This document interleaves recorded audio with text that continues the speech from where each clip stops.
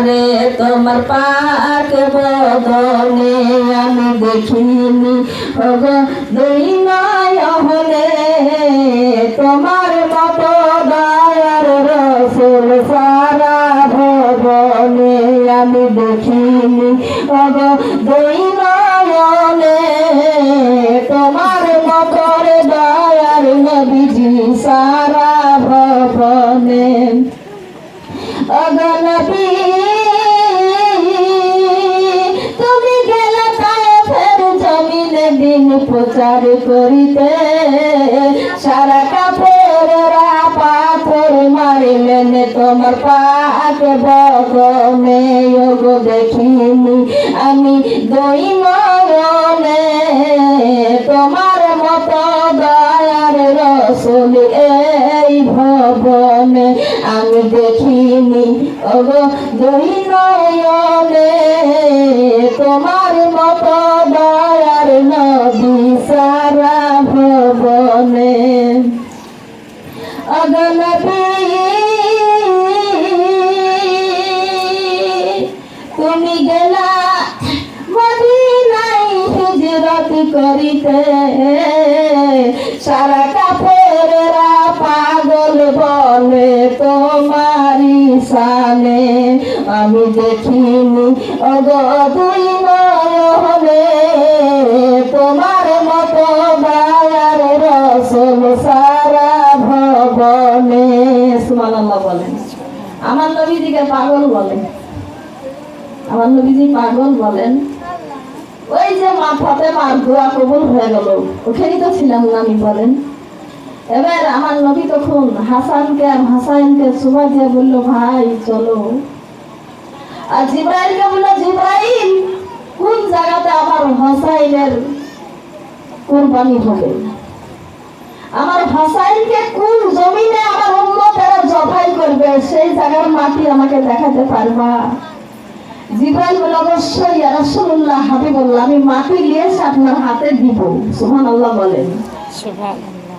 মাটিটা আপনি হেফাজত করবেন, আপনি নিজেই জানেন যে আপনি ইন্তেকাল হওয়ার পরে কে থাকবে দুনিয়াতে, এটা আপনাকে আল্লাহ জানিয়ে দেবে, আপনি জানবেন। আমার নবীজি গণনা করে দেখলেন উম্মে সালমা বেঁচে থাকবে সে সময়, ফাতেমাও থাকবে না। ফাতেমা থাকবে, ফাতেমাও থাকবে না সে সময়। সুবহানাল্লাহ বলেন। কোন বিবি থাকবে না, কয়েকটা বিবি থাকবে। উম্মে সালমার হাতে মাটিতে দিয়ে আমার নবীজি বললেন এই মাটিটা বয়মের মধ্যে রেখে দাও, যেদিন দেখবা এই মাটির রংটা লাল টকটক করছে সেদিন তুমি জানতে পারবা যে আমার হোসাইনকে আমার উম্মতেরা ওই কারবালাতে শহীদ করেছে। সুবহানাল্লাহ বলেন। কত কত একটা দুঃখের বিষয় আমার মা বোনেরা।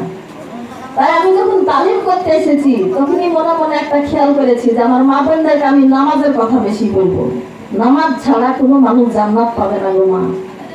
আমি কেন বড় বড় মূর্তি, বড় বড় আলেম, বড় বড় যত কারি, যত পৃথিবীর জমিনে আলেম আছে, নামাজ ছাড়া কোনো কথা বলবে না।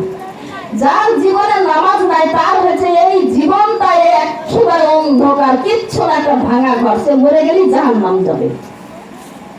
নামাজ পড়তেই হবে, আপনি যত কাজের মধ্যে থাকেন কেন আপনার ব্যস্ততা আল্লাহ দেখবে না, আপনার ব্যস্ততা আল্লাহ দেখে কোনো লাভ নাই। আল্লাহ বলছে ওমা খালাকতুল জিন্না ওয়াল ইনসা ইল্লা লিয়াবুদুন, আমি মানুষ আর জিনকে সৃষ্টি করিয়াছি আমি আমার ইবাদত করার জন্য, আমার ইবাদত করার জন্য তাদেরকে আমি সৃষ্টি করেছি, তাদেরকে আমি নামাজের হিসাব দেব। আমার ইবাদত বন্দেগীর প্রথম বিয়ে হচ্ছে নামাজ।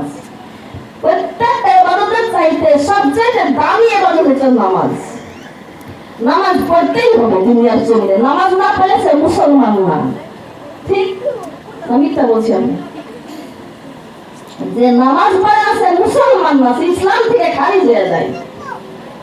আর নামাজ যদি মাঝে মাঝে পড়ে, মাঝে মাঝে পড়ে না, তাকে বেনামাজি বলা হয়। যে জীবনে কখনো নামাজ পড়ে না তাকে কাফের বলা হয়। ঠিক কেমন করে ঘুমাও তুমি ও মুসলমান, কেমন করে ঘুমাও তুমি, ফজর করে কাজা এমন তো হতে পারে জহুরে জানাজা। জানাজা।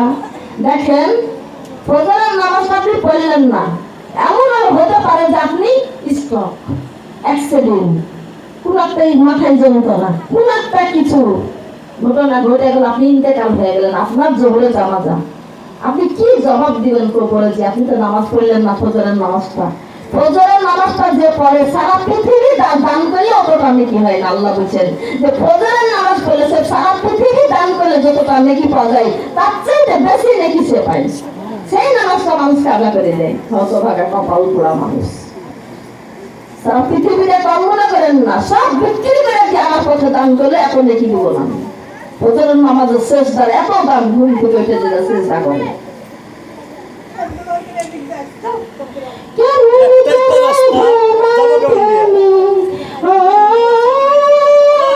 মুসলমান কেমন করে ঘুমাও তুমি, ফজর করে কাজা এমন তো হতে পারে জোহরে জানাজা, এমন তো হতে পারে জোহরে জানাজা। মুসলমান হয় না জন্ম নিলেই মুসলমানের ঘরে, কাফের মুমিন তো ফাতেহা হয় না নামাজের পরে, মুমিন ও সালাতের পরে। মুসলমান হয় না জন্ম নিলেই মুসলমানের ঘরে, কাফের মুমিন তো ফাতেহা হয় সালাতের পরে, মুমিন নামাজের পরে। এই জীবনে নামাজ যেন, এই জীবনে নামাজ যেন হয় না কবু কাজা, এমন তো হতে পারে জোহরে জানাজা।